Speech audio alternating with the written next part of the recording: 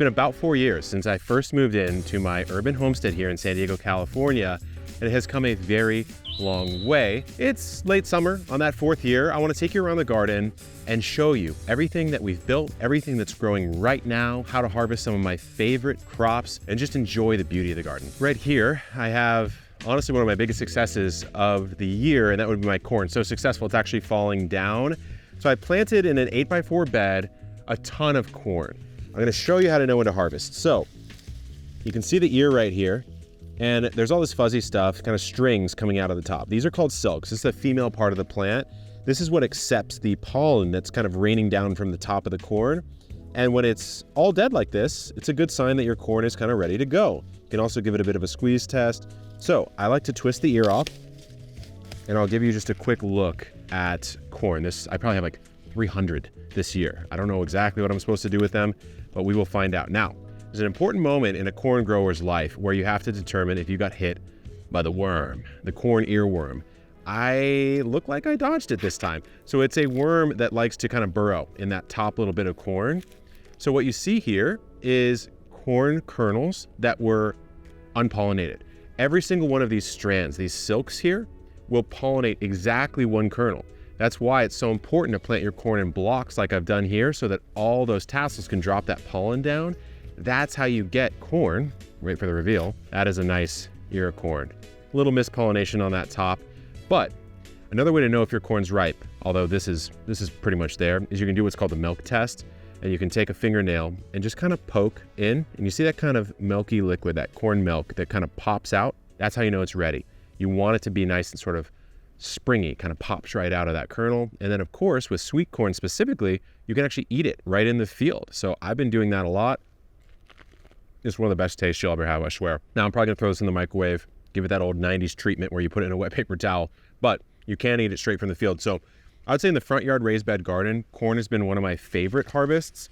A lot of what you see around here right now is a season in transition. At Epic Gardening, we like to show you our gardens as they are, not as we wish you think they were. So some of these peppers I think got hit by gophers, so did the zinnias, and you can tell because a gopher will come down from below and will eat the roots. Eating the roots will cause the plant to start to falter, it has no sort of support structure in the soil, and they will start to fall over, and they'll also feel a bit loose when you touch them. And so that's what's happening in this bed right here. We actually had a big problem with gophers this year in the garden. Very frustrating, but some successes. So we've got a little succession planting of tomatoes right here. I've got some more zinnias coming in. Sometimes late in the season, like it is right now, I'll just go to the nursery and grab some starts because it's a whole lot faster. And then we've got one of our A-frame trellises going over 2 of our beds with some late season cucumbers, as well as some pretty wild peppers. Take a look at these right here. This is a really massive pepper. So I treat my front yard raised bed garden kind of a mix of an experimental garden as well as a floral garden. And I'll show you what I mean by that, because if I don't know what to plant, I used to just leave something empty like this. And now I will do something more like this. So I'll throw a big basil bush in the corner, or I'll come around and we just harvested some cantaloupes out of this round bed, and I'll just throw some alyssum or some other ornamentals in because I don't know what to plant yet. So I might as well have it looking beautiful instead of looking kind of weird and awkward and empty. So if you don't know what to do, I tend to like to just throw a lot of flowers in. And let me show you something else. This is what I call my bumper crop on purpose tomatoes. So back here, this is our tall 8x4 bed. I threw a lot of determinate tomatoes just on this back line. I didn't stake them, I didn't prune them, I didn't care if they got hit by disease. And what do I have? More tomatoes than I can count. There's probably 100 pounds of tomatoes in this back row. And contrary to popular opinion, almost any tomato can be used as sauce. So if you have too many tomatoes and they're not the right ones for sauce, it doesn't matter. They'll just probably be a little bit more wet inside, and you might have to cook that sauce down a little bit. So that's the front yard, but let's head on over to the orchard. We are in the orchard, my friends, at least the front yard orchard. There's something like 20 fruit trees up here. Weirdly, the one I'm the most proud of right now is this papaya. This one took a while to get going, and this stem here is actually not the main stem. We had to cut that one off. So what we discovered with the papaya is throwing a bunch of compost on it, giving it a lot of moisture, led to it shooting straight up, and we'll be getting some nice papayas pretty soon here. These aren't quite ripe, Here in the front yard orchard, which is watered by a shower gray water system. What that means is every time I shower in my outdoor shower using safe soap, all that water comes right down this row and waters about 20 different plants. Really productive way to use that water. Well, I've got my citrus row over here. So there's like 14, 15 different citrus. This overgrown monster and this overgrown monster, these are both pomegranate. So these guys, you don't have to do a whole lot to care for them except for keep them under control and don't get spiked by them, but they should be producing pretty soon. And then I've got an apple tree right here. This one was quite productive this year, but again, you can see most of these fruit trees, they're going a little crazy right now. There's a lot of top growth. And this is late summer, fall right now. It's a good time to start controlling that top growth so that it comes back nicely in spring. So I'm gonna have to come through and do a lot of pruning here.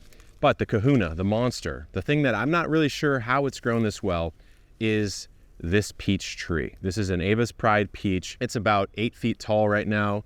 I planted it at the same time as both this apple and the other nectarine over there. So something about the genetics, where this was planted, it has gone absolutely crazy. And I've spent quite a bit of time learning how to properly prune this peach tree as well as my other trees for optimal structure. So some fruit trees like citrus, they want a nice bushy style structure. They don't want a lot of light getting in to that canopy. They want a little protection. Whereas something like a peach or another stone fruit like a nectarine or plum or something like that, what you want is a nice vase style structure. You want that middle part to be a bit more open, and you want this nice sort of cone-ish like structure, a lot of balance to this. So what I'm gonna do, probably in a couple months here, is come through, put on some headphones, rock some good tunes, and probably take a couple hours to delicately prune this. I'm gonna take a couple feet off the height, but I'm also going to thin out a lot of these branches so that this one plant doesn't start to block the rest of the plants in this orchard. But that's not even the only stuff I have going on in the front yard. My pride and joy, actually I got from a friend of mine, is my yellow long neck fig. We recently showed you guys how to prune figs for the long term, to make them grow in a beautiful sort of bushy style structure, because figs can grow as trees, bushes, they're a very prolific plant. And that's what I did. It took me about 6 months to get this fig growing, but this one had a weird quirk. This one sort of has this main stem coming out horizontally, which means that I had to prune it in a different manner. But as you can tell, I don't think I've ever had this many figs on the plant. This is called a yellow long neck fig. There's some absolute monsters on here that I'm very excited to eat soon. So figs, to me, for the money, one of the best beginner fruit trees to grow. It's taken a couple years for us to get our heads around growing a rose arch. This is a Cecile Brunner climbing rose, and what we've done is prune it down over time. So it's not in the blooming season right now. It's a good time as these leaves start to die off to come through and make all those pruning cuts. But there's been a lot of changes here in, I would call Dragon Alley, the Dragon Fruit Alley. The one thing that I've done is remove all the old pots that I had here. There were these big 20-gallon terracotta pots. I actually would not recommend growing dragon fruit in pots like that. Again, it looked really cool. I love the look, but they are not stable. Dragon fruit wants to come up. If you build a trellis like this, it's going to fall over this trellis. Sometimes it is a little bit imbalanced and it starts to get top heavy and you can get them falling over. You can also have those pots kind of fraying away. It's made out of clay, a lot of irrigation. It can kind of just disintegrate. So what we did is we took our birdie's beds, we just took corners of birdie's beds, put 4 corners together, sunk these trellises down with a concrete block in the ground, and then we replanted the dragon fruit. So it was a little bit sad. We actually had to destroy our dragon fruit and move them out to a different area and replant new ones, but it's only been less than half a year, and cuttings that started right about here have already ripped over the top of the canopy, which is unheard of. So I think it's a combination of a better fertilizer mix in the soil, as well as more soil for those roots to get in. So I'm very pleased about that. But something I might even be more pleased about is right over here. So normally in spring and in summer, this is a beautiful artichoke patch. You can not even see them right now. There's a stem chunk right there. There's another one cut out over there. It's a perennial plant, but it will die off in the late summer, fall, winter. So you gotta have something to do with this area. Otherwise it just looks barren with a bunch of sticks sticking out of the ground. So what we've done is plant an annual late summer flower patch here. I've got straw flower, I've got salvias, I've got native milkweeds, so that there's at least something growing here before those artichokes start to come back in spring, which to me is my preferred look. I think that looks absolutely amazing and you get some beautiful artichoke. And then what I've done from a landscape level and from like a home systems level is I've got a tank that captures most of my water off of this small little stone tile roof here. And then I've got a laundry water, gray water system that comes out right here. So all my laundry water will come out and water this area. So this area is not on irrigation at all. It is entirely watered by either captured rain or repurposed laundry water. And then the pièce de résistance for me is this bougainvillea. This is an orange bougainvillea. Once we started giving it water, it just ripped all the way up this chimney. This chimney on my house, unfortunately, when I bought the house, it's like a defunct chimney. I can't use it per code. So I said, why not just grow something up it? So we installed some anchors. This is an anchor for like a grape trellis. We used screws and we kind of got it into the concrete here.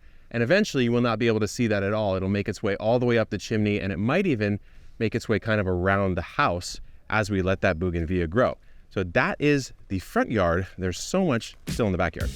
Starting off here in the backyard with probably my biggest embarrassment and failure in the garden right now. And I was told not to do this and I didn't listen, and now I'm paying the price. So this is my outdoor shower. This is the area where I'll come in, I'll take a rinse, all that water goes out to the orchard like I mentioned. But you can see these panels have a little bit of peekaboo holes. So I don't want people seeing the epic booty. So what I did is I planted some horsetail here. And my friend Sarah Bendrick, who you've seen on this channel before, she said, don't plant the horsetail. It will go absolutely crazy and it will take over, and it will even go underneath these pavers. And I did not believe her, and that is exactly what has happened. So the horsetail is starting to get to the point where I'll see it show up over here, I'll see it show up over there. So I know that it's getting everywhere. So what I'm gonna do is rip it out, say goodbye to it, and hopefully not have to battle it. But I learned my lesson. So on to some successes. We have a plant that we accidentally planted in the garden. We thought it was a lychee, so that beautiful tropical fruit in the soapberry family. It's one of my favorite fruits to eat. It turns out we planted an ice cream bean, and we have our first flowers on the ice cream bean right here. I have never grown this before. It's a crazy looking flower, and apparently this can get massive. So I'm a little bit scared, but we'll see what happens. It's grown in one of our little birdies tree surrounds. And then over here, I have the dragon fruit that I just couldn't let go. So these are all the dragon fruit from the last batch in the terracotta pots. I figured why not let them do one more round of fruiting.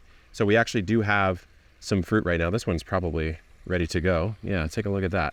Got some nice purple color. This is a variety called Sugar Dragon. So once these are all fruited, I will then sacrifice them for cuttings, probably sell the cuttings to some friends, and then I'll move on to the next chapter. But we do have some more plants over here. So this one is a jujube. This is not the candy that you could get at the movie theater. One of these varieties is called Lee. The other variety, which is right over here, is called Lang. It's much more productive. I'm not sure exactly what I did to do that, but you can tell there's way more jujubes on this plant. So this is a plant out of China, and it's sort of like apple-ish in its flavor, I guess you could say. It's sort of like a mild apple. I personally think they're great when they are dehydrated. I don't like them as much when they're fresh. They're a little bit dry. So when you dry them all the way and eat them like that, it's almost like kind of like more chewy, I guess you could say. But it's a nice flavor, and they are very prolific, but not as prolific as the most prolific thing I think I've ever grown, which would be my passion fruit. So I planted these about a year ago. So for those of you who don't know, behind the passion fruit is a 5,000 gallon rainwater cistern. This captures all the rain on my property off of my roof, brings it underground and drops it into a canister right over there that fills this up. This is probably about halfway full. I've been using it to water the pond, but I figured I don't want to look at that cistern all the time. So I'll plant a passion fruit right here and a passion fruit right over there. You can't even tell where one begins and the other ends anymore in only a year or so. And I am finally getting passion fruit. So these guys at a grocery store, probably $2 each, no joke. I've seen them for $4 each in New York. I have hundreds on this tree or on this bush or on this vine here, whatever this is. It's like a monster. I don't even know what to identify it as. But this, to me, if you can pull off growing passion fruit, it's probably one of the most productive vining, structural, but edible plants that you can grow. And when they're wrinkly like this is roughly when you want to harvest them, maybe a touch earlier than this.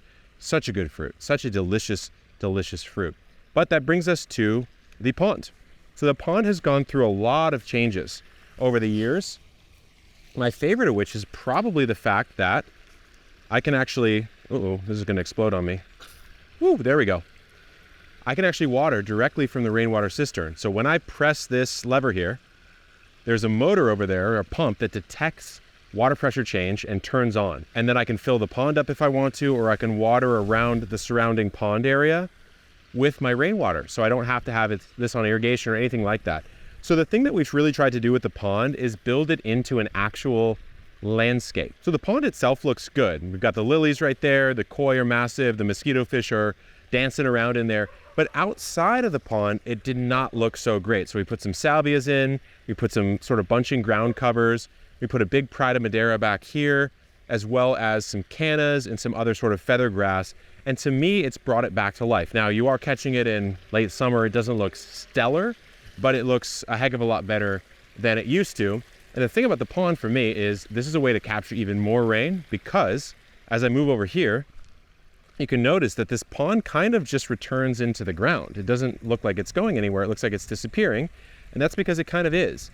Underneath this little pond patio here is another 1,500 to 2,000 gallons of rainwater that's been captured over the years, just sitting down there. So it's a buffer. What it does is it keeps the pond temperature lower. In the late fall through the early spring, I don't have to fill the pond up at all because it's actually gaining water. I have to drain it a little bit.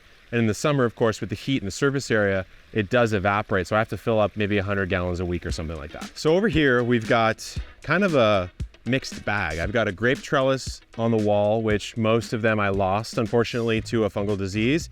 Then I've got my classic, my tried and true loofahs. I just grew these on an A-frame trellis, and they are absolutely prolific. These are the shower sponge plant that I've grown so many of. There's like hundreds sitting in this over here. It's absolutely insane. The big addition to the homestead this season was this area right here. It doesn't look like much right now, but this is a 16 by 16 foot grid of 4x4 garden plots. So there's 16 different 4x4 plots. We call this the Epic Test Garden. And we've been running some of the experiments you've seen on this channel over the course of the season. A potato experiment, an onion experiment, a tomato transplant experiment, a buried food scraps experiment. They're all running in this area over the course of the season. So we'll have even more of those coming out next year. But when I don't know what to plant here, I just plant more random stuff like corn. So this is another area of my garden that if you have corn recipes, please let me know, because I have hundreds and hundreds of ears of corn to figure out what to do with. But to me, this is like the exact reason why I started Epic Gardening, is to figure out how things grow. How do you make them grow better? Do some of the myths that you think you believe actually work or not? This is where we do a lot of that testing. So if you have an experiment you think we should try out, also please let me know. This weird contraption is just a frame that we built around a large birdie's bed filled with asparagus. And it might not look like asparagus right now, but that's because it is in the ferning stage. So in spring, asparagus will start to pop up and you'll harvest some of those spears. If you don't harvest the spears, they end up looking like this, and you need them to get to this point. So that's why in the first couple years of growing asparagus, you tend to not harvest it that much, because you need to produce a lot more spears that fern out, that produce more energy for those crowns down below, that then produce more spears. And then after a couple years, that compounding of growth has happened enough that you can take some spears for yourself. So we're in the third year now. Once I cut these down in fall, which is roughly when I'm gonna do it, I will throw some extra mulch on top. They'll come out through the winter, and then those new spears will come up. And that fourth season, I should have quite a bit of asparagus to eat. So I'm very excited about that. But we built this little frame with some lanyard because these ferns tend to sprawl all over the place, and we just wanted a way to keep it in check. And that brings us to the back in-ground garden, which is probably my favorite part this year. So kicking it off with some tomatoes. Now, they looked a lot better earlier in the season. This is actually our second transplant on the tomatoes that are the indeterminates, or the vining style tomatoes, because the other ones died from disease. I got a lot of tomatoes off of them, but they just eventually died. So what I like to do with tomatoes, and Jacques on our team, he does the same thing, is we do 2 successions of tomatoes at least every single year. So this is the second succession of our vining style tomatoes. They're gonna go straight up this trellis. We're gonna throw some extra mulch down, and we should get a decent harvest. Not as much as you'd get from spring to summer, but you'll still get a lot from summer into fall. And then this sad lot here is my San Marzano tomato row. It's about 18 San Marzano tomatoes just on bamboo stakes. You can see they're looking a little bit worse for the wear, but I've pulled hundreds of sauce tomatoes. These are the San Marzanos, classic for the Italian tomato sauce. So I'm not too sad about it, and I'm just gonna let these grow, even though they look a little bit bad, and take what I can take off of them and just let that be. Now we get into the in-ground garden here in the backyard, which is a lot more ornamental than it's ever been here at the Epic Homestead. But of course, we still have some beautiful, beautiful edibles like this melon. I don't know that I've ever grown a bigger melon than this. This guy's an absolute monster. So we'll harvest that one pretty soon, probably over on the Epic Homesteading channel, which is more of a vlog channel about me, my life here at the Epic Homestead. But I want to talk about a couple plants that I really like this year. This one's amaranth.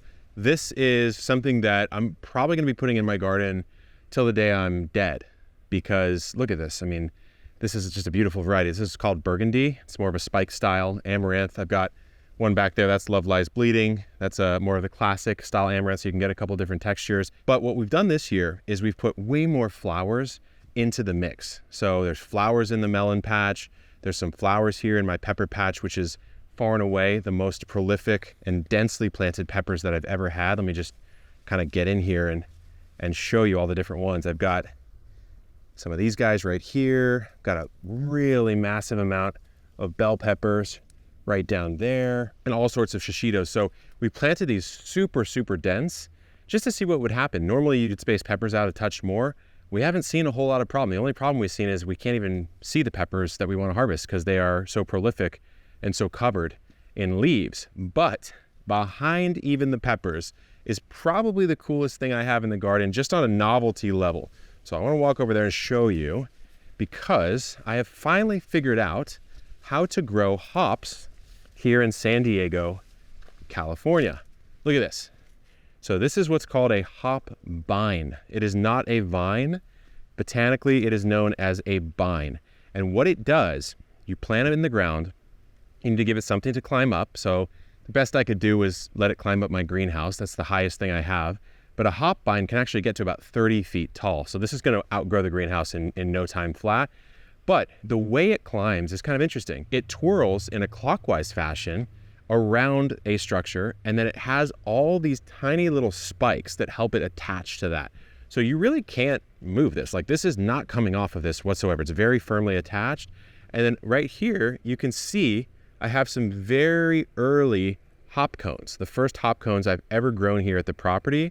And this, I believe, is the Cascade variety, which is a really popular one for home brewers everywhere. So if you don't know why someone would grow hops, first of all, they're cool. They look really nice. Hops are one of the key ingredients in brewing your own beer. There's something inside of the hop cone called lupulin. It's like this yellow dust-looking substance that has all of the acids and oils that flavor beer to have that hoppy flavor. So I'm kind of hoping, I only have 3 hop plants, maybe I can collaborate with someone and make an epic beer. We'll see. But this will probably have to wait until next season. The thing I want to show you about the backyard garden that I've learned this season more than any other is the value of having pollinator patches, flower patches, that you're sacrificing your edible production potential, but you are getting so much more. So I'm standing right in front of some native milkweed. This is narrowleaf milkweed. This is the one that's native, at least to my region. Really important, by the way, to plant a native milkweed to your region, because the monarchs that feed on it need the signal of that plant actually dying when it's supposed to keep their migration pattern going. So a lot of the times at the nurseries, you might see something like tropical milkweed. I don't live in a tropical place. That tropical milkweed will last a lot longer here, and it will actually trick the monarchs into disrupting their own patterns. But that's probably for another video. What I mean to say here is we made this kind of big smiley structure earlier in this year, and then we just scattered some of the botanical interests flower mixes in this patch. So we have some varieties that you can just take a pack and it has a ton of flowers in it, native to your region, or at least compatible to your region. And this is what you get. I've got sunflowers, I've got milkweed, I've got cosmos, I have all sorts of daisies. And then I've got some really fun things like this Mexican sunflower. This is called Tithonia. And surprisingly enough, the monarchs that are flying all around, they love the milkweed, of course. That's sort of their host plant. But they really love this Mexican sunflower. I don't know exactly what it is, but I'll see sometimes 6 or 7 monarchs in the morning kind of flitting around these beautiful orange flowers. There's one right there. Look at that guy. And they're feeding. They're getting that little proboscis in there and getting some nice nectar. So give the Mexican sunflower a try. I'd never grown it until this year. It worked out really well. And then over here we have the garden shed. And that, of course, has a rainwater tank. We've put in an outdoor run for our hens. We've got 9 hens here, so we're getting still quite a few eggs. In spring, I was getting like, I don't know, 9 eggs a day. It's too much. It was too much. I had to start giving some to like anyone who would take them. But the hens and the compost bin are located in this area for a very specific reason. I can harvest and I can feed the hens some extra scraps. I can feed them treats and their normal food. I can harvest the eggs out of that egg hutch right there. And then right around the back where they're sleeping, I can shovel all of their chicken manure and their bedding directly into my 5-bay composter, which we've finally gotten cycling. So we're pulling out at least a few bays every season and reincorporating it back into the garden. So as you see the homestead develop, whether it's your own or you're watching someone, you start to see how all the systems really intertwine, much like a garden ecosystem itself. You have your pollinators, your predators, your pests, your prey, etc. But you also have that in a homestead system. You have your recycling elements, your chickens, right? They're taking those scraps, they're turning them into waste and eggs. You have your compost that's sort of taking and transmuting all of the elements in the garden into a format that can go back into the garden, right? And then of course you have the produce that you're taking out of the garden and all the energy systems that work in your homestead. Now it depends on your budget, your level of expertise, your level of desire, but even on 1/3 of an acre here in sunny San Diego, California, I would not have to go to the groceries if I did not want to, if that's the way I was growing. If I was truly growing to support myself and my girlfriend who lives here, we probably would never have to go to the groceries for produce ever. We'd never have to go for eggs. And if we really wanted to, we could probably live off of the property, although we'd have to really change the way that we garden. So there's so much you can do, and it's really up to you which direction you want to go. If you want to check out some more tips, go right here, shop our seeds, botanicalindustries.com. Good luck in the garden, my friends, and keep on growing.